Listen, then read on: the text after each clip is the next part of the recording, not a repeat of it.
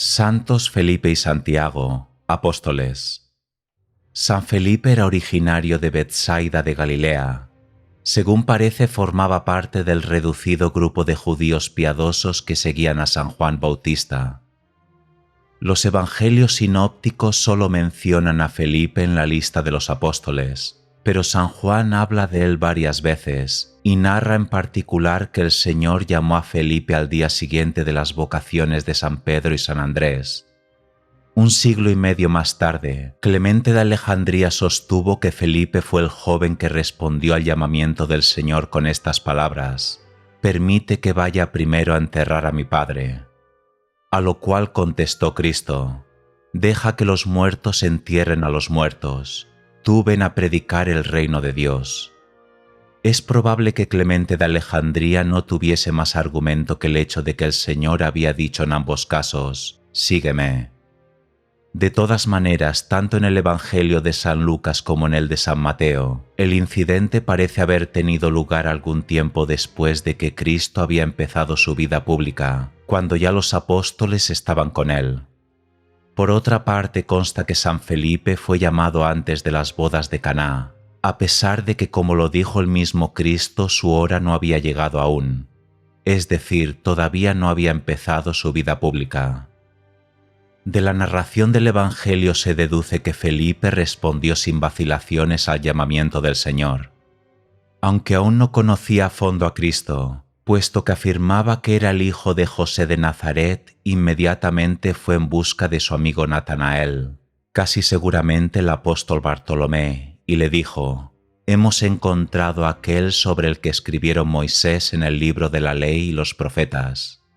Esto prueba que Felipe estaba ya plenamente convencido de que Jesús era el Mesías.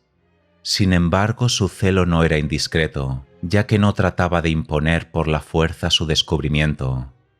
Cuando Natanael le objetó: «¿Pero puede salir algo bueno de Nazaret?», no puso el grito en el cielo, sino que invitó a su amigo a convencerse por sí mismo: «Ven a ver». Felipe figura también en la escena de la multiplicación de los panes. Jesús, levantando los ojos, vio la gran multitud que le seguía y dijo a Felipe: «¿Dónde podremos comprar pan suficiente para que coman?». Esto lo dijo para probarle, porque él sabía lo que iba a hacer. Una vez más se manifestó el sentido común de Felipe, quien respondió: «200 denarios no bastarían para dar un trozo de pan a cada uno». Concuerda perfectamente con el carácter de Felipe, que rehuía un tanto las responsabilidades, su manera de actuar cuando unos gentiles que se dirigían a celebrar la Pascua en Jerusalén se acercaron a él y le dijeron: «Señor, queremos ver a Jesús». En vez de responder inmediatamente, fue a pedir consejo. Felipe fue a hablar con Andrés, y Andrés y Felipe hablaron con Jesús. Otra escena manifiesta la seriedad y lealtad de Felipe, y al mismo tiempo su carencia de intuición. La víspera de la pasión el Señor dijo a sus discípulos: «Ninguno va al Padre sino por mí. Si me conocierais, conoceríais también al Padre. En adelante le conoceréis, puesto que lo habéis visto». Felipe le dijo: «Señor, muéstranos al Padre y esto nos basta». Jesús le dijo: «Tanto tiempo he estado con vosotros y aún no me conocéis. Felipe, quien me ve a mí, ve al Padre». Nada más sabemos sobre Felipe, excepto que estaba con los otros discípulos en el cenáculo esperando la venida del Espíritu Santo en Pentecostés. Por otra parte, Eusebio, el historiador de la Iglesia, y algunos escritores de la Iglesia primitiva nos han conservado ciertos detalles sobre la tradición referente a la vida posterior de Felipe. El más verosímil de dichos detalles es el de que predicó el Evangelio en Frigia y que murió en Hierápolis, donde también fue enterrado. Sir Ramsay encontró en las tumbas de esa ciudad un fragmento de inscripción que hace referencia a una iglesia dedicada a San Felipe. Sabemos también que Polícrates, obispo de Efeso, escribió al Papa Víctor hacia fines del siglo II para hablarle de dos hijas del apóstol que habían vivido como vírgenes hasta edad muy avanzada, y menciona también a otra hija de Felipe que había sido sepultada en Efeso. Papías, que era obispo de Hierápolis, conoció personalmente, según parece, a las hijas de San Felipe, y supo por ellas que se atribuía al apóstol el milagro de la resurrección de un muerto. Hacia el año 180, Heraclón, el gnóstico, sostuvo que los apóstoles Felipe, Mateo y Tomás habían tenido una muerte natural, pero Clemente de Alejandría afirmó lo contrario, y la opinión que ha prevalecido es la de que Felipe fue crucificado cabeza abajo durante la persecución de Domiciano. Un detalle que oscurece mucho la cuestión es la confusión que existió indudablemente entre el apóstol Felipe y el diácono Felipe, llamado también a veces el evangelista, quien ocupa un sitio prominente en el capítulo 8 de los Hechos de los Apóstoles. De ambos Felipes se afirma que tuvieron hijas que gozaron de especial consideración en la Iglesia primitiva. La tradición cuenta que los restos de San Felipe fueron trasladados a Roma y que reposan en la Basílica de los Apóstoles desde la época del Papa Pelagio.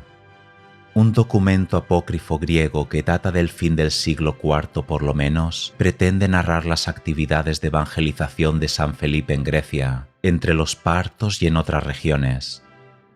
Por lo que toca a la muerte y sepultura de Felipe en Hierápolis, dicho documento se atiene a la tradición recibida. Ordinariamente se considera al apóstol Santiago el Menor o el Joven, a quien la liturgia asocia con San Felipe como el personaje designado con los nombres de Santiago, el hijo de Alfeo, y Santiago, el hermano del Señor. Tal vez se identifica también con Santiago, hijo de María y hermano de José. El apóstol Santiago fue obispo de Jerusalén. Era el hijo de Alfeo y hermano, es decir, primo carnal de Jesucristo. Aunque los evangelios hablan apenas de este apóstol, San Pablo cuenta que fue favorecido con una aparición particular del Señor antes de la ascensión. Además, cuando San Pablo fue a Jerusalén 3 años después de su conversión, y los apóstoles que quedaban todavía en la ciudad le miraban con cierto recelo, Santiago y San Pedro le acogieron cordialmente. Sabemos también que después de escapar de la prisión, Pedro envió aviso de ello a Santiago, lo cual parece indicar que era una figura de importancia entre los cristianos de Jerusalén.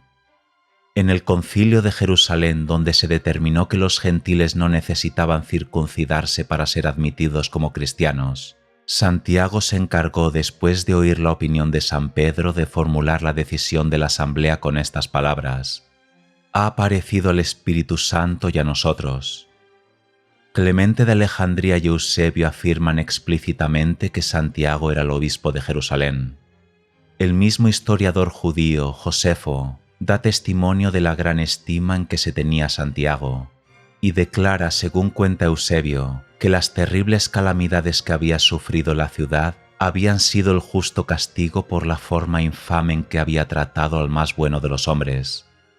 Eusebio nos ha conservado en el párrafo que citamos a continuación el relato que del martirio de Santiago hizo Hegesipo a fines del siglo II. Santiago, el hermano de nuestro Señor, recibió junto con los otros apóstoles el encargo de gobernar la Iglesia. Desde la época del Señor hasta nuestros días, todos le llaman el Justo para distinguirle de otros numerosos Santiagos.